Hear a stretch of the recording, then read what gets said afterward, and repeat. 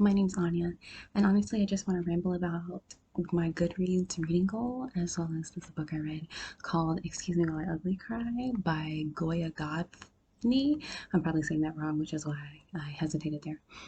But anyways, yeah, so I started a Goodreads goal to read 12 books this year, and I started at the beginning of the year, and it is December 6th, and according to Goodreads, if I read a book a week, I can complete my goal. And honestly, I read really fast, so if I read like a fiction book or like a play or poetry, I can do that easily. But I've decided that the goal is really inconsequential, so I don't really have to achieve it. I've truly actually read 8 full books this year, which is like more than, a lot of people read usually, and I actually read books I wanted to read for fun, so I'm proud of myself. So bing bang boom. Enough about that. So I want to talk about Excuse Me While I Cry by Joya Goffney. Did I say that right earlier? Anyways, so the book is about Quinn Jackson, who is a high schooler who carries around a journal full of lists of things, her personal list is like her diary. She has, people she would kiss, her experiences, her memories, cute things like that, and horrible things and horrifying things that you would want others to read within that journal. And one day it goes missing. And obviously, that alone is a problem within itself, but then someone starts blackmailing her using her journal and post one of her list, and she is required to do all the things on the list, or the blackmailer is going to, release her journal. There's no spoilers, this is literally in the synopsis. But yeah, and so that's pretty much the book. Some of the themes of the book include like identity, like privilege, non-privilege, black and white, so like racism and other things like that, things that you kind of expect in this era because it is a young adult fiction novel. So things that you do expect young adults to experience and express. So personally, I actually give the book like 4 stars. I would give it 4.5 if I possibly could, but that's not how Goodreads works. But here I can tell you I'd give it 4.5 stars. I really enjoyed it. It was so pleasant, like quick page turner, like I found myself like giddy while reading. Like I could actually smile because I'm like rooting for Quinn. And it helps you like forget about some of the other problems she's having while some of the other problems are going around. And like it was cringy in a good way sometimes. It's super lighthearted to me. It's super lighthearted. Um, it's really easy to read. It's super fun, honestly, and it's a beautiful little book there. Not to call it a little book, that's disrespectful to the author. It's a great book. So why 4.5 stars? I really like the way it was written. I think it was really cute. I really like the dialogue. For the most part, it didn't seem forced or it didn't seem like it was fake or wouldn't happen in an everyday situation, which I really appreciate in books.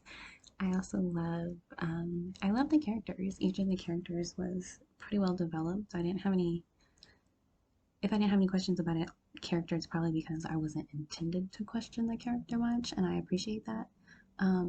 There were I guess everything tied up at the end, so I guess I don't have any real question. The reason I wouldn't give it 5 stars is because, it's a little cliched in some points at the end, which I don't like. Um, you can kind of predict who has the journal.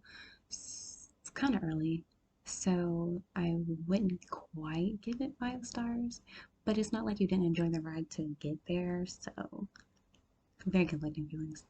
So I'm just gonna get into the spoilery part of the review. So if you don't want to be spoiled, just turn the video off. I'll see you next time, hopefully. Anyways, so super spoiler. Maybe I'm just gonna tell you the plot. But anyways, Quinn loses her journal when she's doing a project with the one of the few other black kids in school. Maybe the only black in the school. I cannot remember. But so he actually had her journal, and he lost it. And it turns out the people who took it were her ex best friends. Of a long story short, he goes on this whole thing to help Quinn, clear his name so that he's like, I didn't take your journal. I don't have your journal. Because their journal actually look the same, which is why they accidentally got mixed up in the first place. But he goes on this whole thing with Quinn to, clear his name essentially, helping her to do the things on the list that the blackmailer says. And it's really cute to watch them develop and to grow. Um, but it is very clear that Carter doesn't have the journal at some point. And again, you can kind of guess who it is. They even make a list of people that it could possibly be. So when you see the list, you're like, oh, okay. But it's a really good ride to, watch Quinn face her fears, honestly. So I would not recommend it just because of that one thing. Again, I give it like 4.5 stars. But yeah, it's a really good book. I would definitely recommend it. My only interesting thought is it's like a classism thing. They talk about class because Carter is not the most privileged while Quinn is. Like her mom's a lawyer and her dad's like a surgeon or something like that. And so they're like super important, super big. And Carter is the absolute opposite, and Quinn's family pulls some strings in a way. So I don't want to like ruin it, but like Quinn's family pulls strings in a way that are still like very privileged, and it was very interesting because usually if this was like it's interesting to analyze privilege in the aspect of black people because I think for myself personally, I usually don't think about black wealth often because I don't know a lot of black wealthy people. And so I wouldn't be able to think about the wonderful privileges that they have to be able to do stuff for their kids just by knowing people.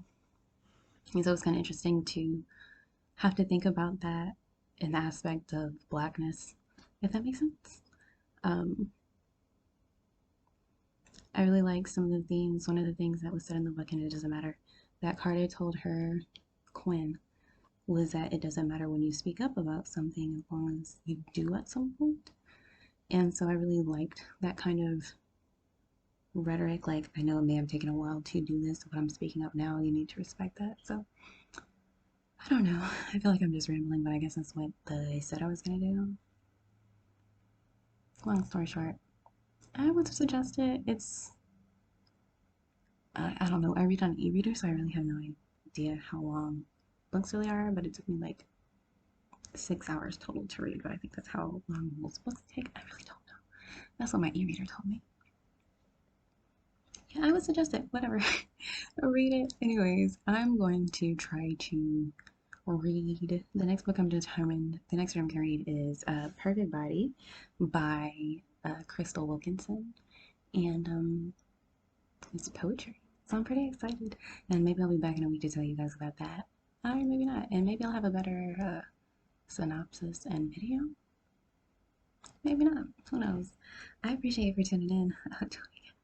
um, I love you. Bye.